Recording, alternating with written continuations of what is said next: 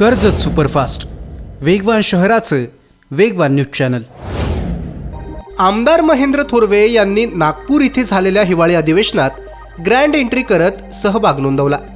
थेट हिवाळी अधिवेशनाच्या रेड कार्पेटवरून सुनील तटकरे यांच्यावर हल्लाबोल करत आमदार महेंद्र थोरवे यांनी रायगडमधल्या राजकीय वातावरणाला फोडणी दिली। एकीकडे आमदार महेंद्र थोरवे हिवाळी अधिवेशनात मतदारसंघासाठी निधी मिळवण्यासाठी व्यस्त असताना दुसरीकडे मात्र एक अनोखं राजकारण रंगताना दिसलं। खांडपे ग्रामपंचायतीमध्ये आम्हाला 45 लाखांच्या निधीची आणि कामांची आवश्यकता नाही असा अजब ठराव बहुमतानं मंजूर झाला।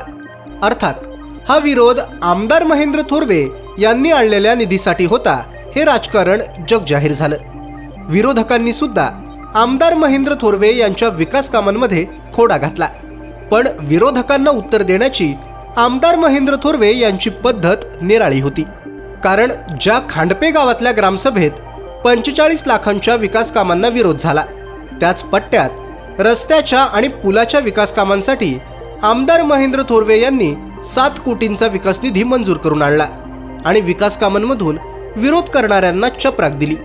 आमदार महेंद्र थोरवे यांच्या विकास कामांमध्ये होणारी भर बघून विरोधक टीका करून करून घामाने भिजून गेले, पण आमदार महेंद्र थोरवे मात्र त्यांच्याकडे लक्ष न देता मतदारसंघाच्या विकासासाठी प्रयत्नशील राहिले।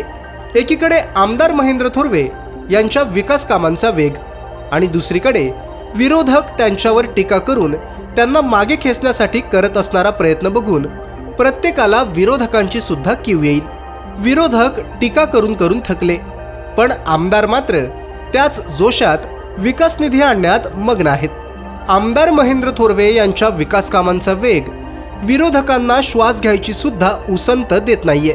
त्यामुळे आमदार साहेब जरा दमानं, विरोधक भिजले घामानं असं म्हटलं तर वावगं ठरणार नाही। तालुक्यातल्या घडामोडींचे अपडेट सर्वात आधी मिळवा।